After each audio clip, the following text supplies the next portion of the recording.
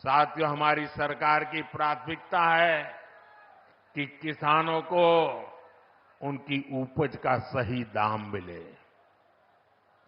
आज पहले की तुलना में कई गुना बढ़ी हुई एमएसपी दी जा रही है।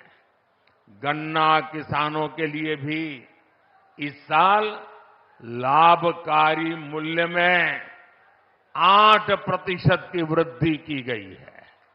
अब गन्ने का लाभकारी मूल्य 315 रुपये से बढ़कर 340 रुपये प्रति क्विंटल हो गया है।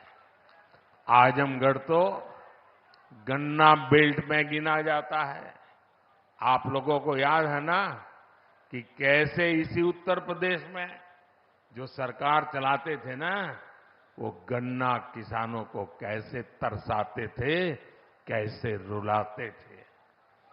उनका पैसा ही तरसा तरसा कर दिया जाता था और कभी कभी तो मिलता भी नहीं था। ये भाजपा की सरकार है जिसने गन्ना किसानों का हजारों करोड़ का बकाया खत्म कराया है। आज गन्ना किसानों को सही समय पर गन्ने का मूल्य मिल रहा है। गन्ना किसानों की मदद के लिए सरकार ने और भी नए क्षेत्रों पर बल दिया है। पेट्रोल में मिलाने के लिए गन्ने से इथेनॉल बनाया जा रहा है। खेत में जो पराली है उससे बायोगैस बन रही है। इसी यूपी ने चीनी मिलों को कोड़ियों के दाम बिकते और बंद होते देखा है। अब चीनी मिलें भी शुरू हो रही हैं और गन्ना किसानों का भाग्य भी बदल रहा है। केंद्र सरकार जो पीएम किसान सम्मान निधि दे रही है, उसका लाभ भी यहां के किसानों को मिला है। अकेले आजमगढ़ के ही करीब 8 लाख किसानों को पीएम किसान सम्मान निधि के 2000 करोड़ रुपए मिले हैं। साथियों, इतने बड़े स्तर पर विकास की इतनी तेज रफ्तार तभी मुमकिन होती है जब सरकार सही नियत और ईमानदारी से काम करती है। भ्रष्टाचार में डूबी परिवारवादी सरकारों में इतने बड़े पैमाने पर विकास कार्य असंभव था।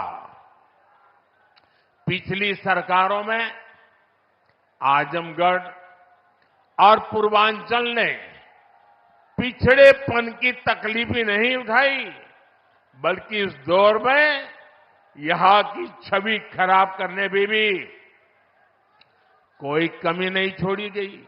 और योगी जी ने अभी बहुत बढ़िया वर्णन किया है, इसमें रिपीट नहीं कर रहा हूं। जिस तरह पहले की सरकारों में यहां आतंक को, बाहुबल को संरक्षण दिया गया, वो पूरे देश ने देखा है। इस परिस्थिति को बदलने के लिए यहां के युवाओं को नए अवसर देने के लिए भी डबल इंजन सरकार लगातार काम कर रही है। हमारी सरकार में यहां युवाओं के लिए महाराजा सुहेलदेव राज्य विश्वविद्यालय की नींव रखी गई, उसका शुभारंभ भी किया गया। आजमगढ़ मंडल के हमारे युवाओं को लंबे समय से शिक्षा से लिए बनारस, गोरखपुर या प्रयागराज जाना पड़ता था। बच्चों को दूसरे शहर पढ़ने के लिए भेजने पर मां बाप पर जो आर्थिक बोझ पड़ता है, वो भी मैं समझता हूं। अब आजमगढ़ का ये विश्वविद्यालय हमारे युवाओं के लिए उच्च शिक्षा के रास्ते को आसान करेगा। आजमगढ़, महू, गाजीपुर और इसके आसपास के कई जिलों के बच्चे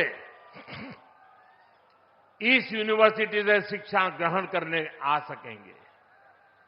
आप लोग बताइए, ई यूनिवर्सिटी बन जाए से आजमगढ़ मऊ वालन के फायदा होई के ना? होई के ना?